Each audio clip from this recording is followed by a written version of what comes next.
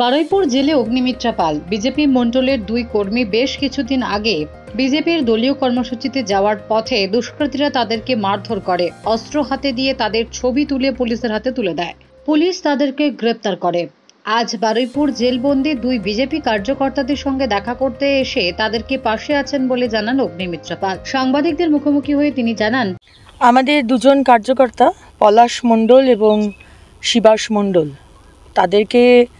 তারা বৈঠক নিতে গিয়েছিল জয়নগরে, এবং আমাদের মণ্ডলের কার্যকর্তা মণ্ডলের দায়িত্বে রয়েছেন ক্যানিং পূর্বের বিধানসভায়, এবং যেদিনকে তারা বৈঠক নিতে যায় সেইখানে বৈঠক নিতে যাওয়ার পরে কিছু দুষ্কৃতী ওখানকার জিহাদি তারা অ্যাটাক করে এবং তাদেরকে বাইরে নিয়ে এসে মারধর করে প্রচণ্ডভাবে, এবং তাদের হাতে দুটো পিস্তল ধরিয়ে ছবি তুলে পুলিশের হাতে তুলে বলা হয় যে তারা বন্দুক নিয়ে পিস্তল নিয়ে এলাকাতে সন্ত্রাস ছড়াচ্ছে।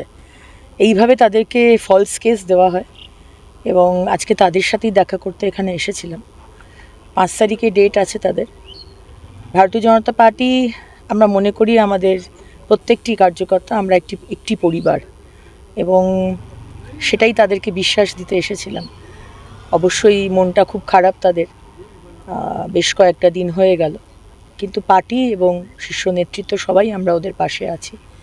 আমাদের জেলা সভাপতি, আমাদের জেলার ইনচার্জ, আমাদের প্রাক্তন সভাপতি এবং আমাদের যুব সভাপতি এবং আমাদের অ্যাডভোকেট সাহেব সবাই আমরা এখানে এসেছি। আজকে এই 14 বছর তৃণমূলের মমতা ব্যানার্জির নেতৃত্বে আমরা দেখেছি শুধু ভারতীয় জনতা পার্টির কার্যকর্তা নয়, সাধারণ মানুষ যে কোনো দল করে না, সেও যদি এই সরকারের কোনো রকম সমালোচনা করে তাকে কেস দেওয়া হয়। Bureau report, D Bangla news.